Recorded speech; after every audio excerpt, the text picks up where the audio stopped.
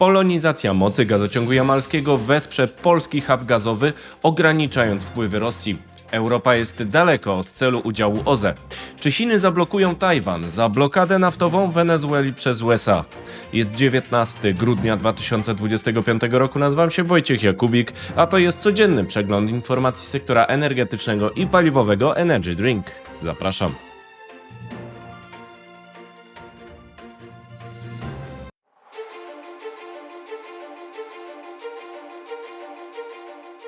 Partnerem kanału Energy Drink jest Orlen. Zaczynamy jak zawsze od informacji dnia. Polonizacja mocy gazociągu jamalskiego trwa. Polacy uderzą w Putina jego rurą. Polska planuje w strategii polonizację gazociągu jamalskiego, który historycznie służył Rosji do gruntowania wpływów uzyskiwanych w Europie z użyciem gazu. Będzie to wsparcie budowy polskiego hubu na gaz nierosyjski. W Krajowym Planie na rzecz Energii i Klimatu zaktualizowanym przez Ministerstwo Energii czytamy, że, cytuję, w związku z operowaniem przez operatora Gaz-System powierzonym majątkiem systemu gazociągów tranzytowych Jamał Europa Zachodnia, operator realizuje również inwestycje związane z tą infrastrukturą. To realizacja długofalowego planu polonizacji Jamału. Cytuję Gaz-System. Celem działań operatora gazociągów przesyłowych w zakresie gazociągu tranzytowego SGT jest zwiększenie jego integracji z krajowym systemem przesyłowym, czyli KSP, tłumaczy Gaz-System w komentarzu dla podcastu Energy Drink. SGT to odcinek polski Jamał Europa, czyli tzw. gazociągu jamalskiego. Cytuję dalej. Uzgodnione z prezesem Urzędu Regulacji Energetyki krajowy 10-letni plan rozwoju na lata 2025-2034 część B, ta część dotyczy SGT, zakłada utrzymanie istniejących zdolności przesyłowych SGT pozwalających na transport gazu z rynku europejskiego do Polski. Czytamy w komentarzu Gaz-System. Z kolei w krajowym 10-letnim planie rozwoju na lata 2024-2033 część A spółka zapisała wykonanie kilku punktów połączeń systemowych między systemem krajowym a SGT, aby w większym stopniu wykorzystać polski odcinek tzw. gazociągu jamalskiego do przesyłania gazu ziemnego na terenie naszego kraju. Czytamy dalej. Zakończenie programu inwestycyjnego planowane jest na 2027 rok, a łączne nakłady z nim związane to ponad 800 milionów złotych, wylicza Gaz-System.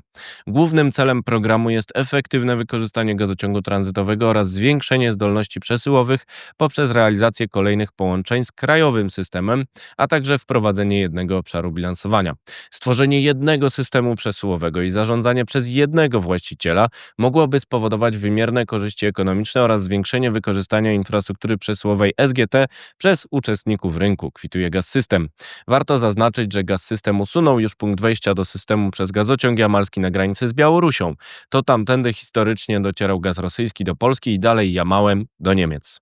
Pełna integracja gazociągu jamalskiego z systemem wraz z połączeniami międzysystemowymi spowoduje, że moce przesyłu przekroczą 40 miliardów metrów sześciennych rocznie, czyli 2 razy więcej niż potrzebujemy, wyliczał prezes Gaz-Systemu Sławomir Hinc podczas konferencji Europower 2025.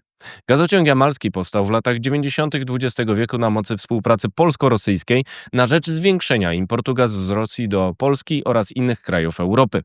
Zgodnie z doktryną Falina-Kwicińskiego wpływy rosyjskie utracone po wycofaniu sił zbrojnych Związku Sowieckiego z Europy Środkowo-Wschodniej miały być utrzymywane z pomocą zależności gazowej poszczególnych stolic. Jednakże kryzys energetyczny, a potem inwazja Rosji na Ukrainie spowodowały m.in. zatrzymanie dostaw gazu z Rosji przez gazociąg jamalski oraz konfiskatę udziałów Gazpromu w spółce Europol-Gaz będącej operatorem Jamału. Potem Europol-Gaz został przejęty przez Orlen, a rola operatora Jamału została powierzona Gaz-Systemowi. Trwają negocjacje między tymi polskimi podmiotami, które określą zasady współpracy przy wykorzystaniu gazociągu. W ten sposób Jamał stanie się kolejnym narzędziem budowy hubu gazowego w Polsce. Ten posłuży rozwojowi dostaw gazu nierosyjskiego w całym regionie Europy Środkowo-Wschodniej. Oznacza to, że w razie sukcesu uniemożliwi stosowanie doktryny Falina-Kwicińskiego. W ostatnim czasie doszło do kluczowego rozstrzygnięcia zwiększającego szanse polskiego hubu gazowego. Parlament Europejski zatwierdził propozycję legislacyjną Komisji Europejskiej zakładającą stopniowe wygaszanie kontraktów gazowych z Rosjanami do końca 2027 roku. Przepisy te są częścią legislacji unijnej niezależną od sankcji. Należy zatem się spodziewać ich egzekucji niezależnie od przyszłości konfliktu na Ukrainie. Będą zatem utrzymywać zapotrzebowanie na dostawy gazu nierosyjskiego u ostatnich klientów Rosjan. Wśród nich jest przykładowo Słowacja. Według informacji podcastu Energy Drink trwają rozmowy na temat kontraktu Orlenu na dostawy gazu nierosyjskiego przez Polskę oraz gazociąg Polska-Słowacja do odbiorców słowackich. Czas na pozostałe wieści, na początek z Polski. Batalia przed świętami. Po publikacji taryf szef gabinetu prezydenta zaprosił ministrów energii, klimatu i prezes Urzędu Regulacji Energetyki na spotkanie 19 grudnia o ustawie prezydenckiej mającej obniżyć cenę energii o 33%. Miał także zaprosić przedstawicieli sektora energetycznego i odbiorców energii. Trójca zwycięzców. 3 spółki wygrały aukcję offshore: Orlen, PGE i Polenergia. Aukcja opiewała na 4 GW, a weszło 3,4 GW. Minimalna zaoferowana cena wyniosła 476,88 zł za megawattogodzinę, a najwyższa 492,32 zł za megawattogodzinę. Obie poniżej 500 zł za megawattogodzinę z pułapu mrożenia cen energii w 2025 roku. Butadien pod kontrolą.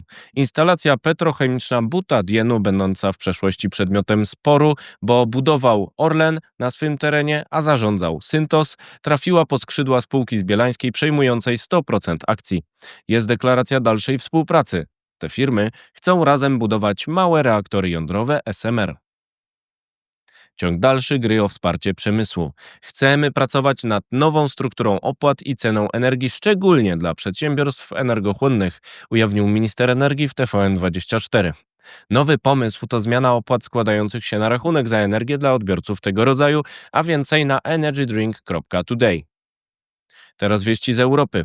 Wodoryzacja odnogi Nord Stream. Gazociągi na wschodzie Niemiec, w tym Opal będący w przeszłości odnogą gazociągu Nord Stream z Rosji, są dostosowywane do dostaw wodoru.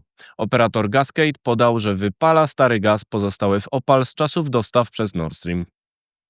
Cios we flotę widmo. Unia Europejska poszerzyła 18 grudnia listę tankowców floty widmo Rosji objętych sankcjami. Po dodaniu 41 jednostek jest ich tam już 600. Dopisanie konkretnych tankowców pozwala egzekwować sankcje za omijanie ceny maksymalnej narzuconej przez G7. Poziom w Unii to $47,60 za baryłkę. Wsparcie bez mrożenia. Kraje Unii Europejskiej doszły do porozumienia w sprawie wsparcia Ukrainy w 2026 roku. Posłuży temu 90 miliardów euro pożyczki. Ma zostać spłacona z reparacji Rosji po wojnie albo jej aktywami zamrożonymi w Europie w razie braku współpracy. Daleko od celu. Według Eurostatu 25,2% energii pochodziło w 2024 roku w Unii Europejskiej ze źródeł odnawialnych, czyli o 0,7 punkta procentowego więcej niż w 2023 roku. To nadal daleko od celu na 2030 rok w wysokości 42,5%. Najwięcej energii ze źródeł odnawialnych zużywała Szwecja, Finlandia i Dania, głównie z biomasy wiatru i hydroenergetyki. Najniższe udziały odnotowano w Belgii, Luksemburgu i Irlandii. Jeszcze wieści ze świata. Zalew z Chin. Nadprodukcja paneli fotowoltaicznych z Chin przewyższa zapotrzebowanie na globie niemal dwukrotnie. Produkcja krzemu polikrystalicznego spadła o 29,6%, a wafli krzemowych o 6,7%. Chińczycy produkują na potęgę przez zależność gospodarki od eksportu. Depresja naftowa trwa. Cena rosyjskiej ropy Urals ładowanej w naftoporcie w Noworosyjsku jest niższa od $35 za baryłkę według danych Argus. To prawie 2 razy taniej od Brent. Rosnące ryzyko związane z atakami dronów Ukrainy zmusza Rosjan do coraz większej przeceny i utraty przychodów. Bezpieczeństwo jądrowe. Amerykańska ustawa obronna na rok fiskalny 2026 wprowadza nowe środki bezpieczeństwa w Departamencie Energii i Narodowej Administracji Bezpieczeństwa Nuklearnego. Obywatele Chin, Iranu, Korei Północnej i Rosji będą mieli ograniczony dostęp do wrażliwych obiektów, w tym przy inspekcjach Międzynarodowej Agencji Energii Atomowej. Nowe przepisy przewidują także testy wykrywaczem kłamstw dla osób objętych dochodzeniami kontrwywiadowczymi. Blokada za blokadę. Zapowiedź blokady naftowej Wenezueli przez USA może zachęcić Chiny do blokady Tajwanu. Chińczycy to największy kupiec ropy wenezuelskiej. Pekin sprzeciwił się planom USA. Baryłka Brent utrzymuje się poniżej $60 za baryłkę pomimo ryzyka eskalacji. To wszystko w materiałach przygotowanych dzisiaj. Następne w poniedziałek, a jeszcze w weekend Energy Week, czyli moje podsumowanie z komentarzem. Zapraszam Państwa serdecznie. Do zobaczenia, do usłyszenia.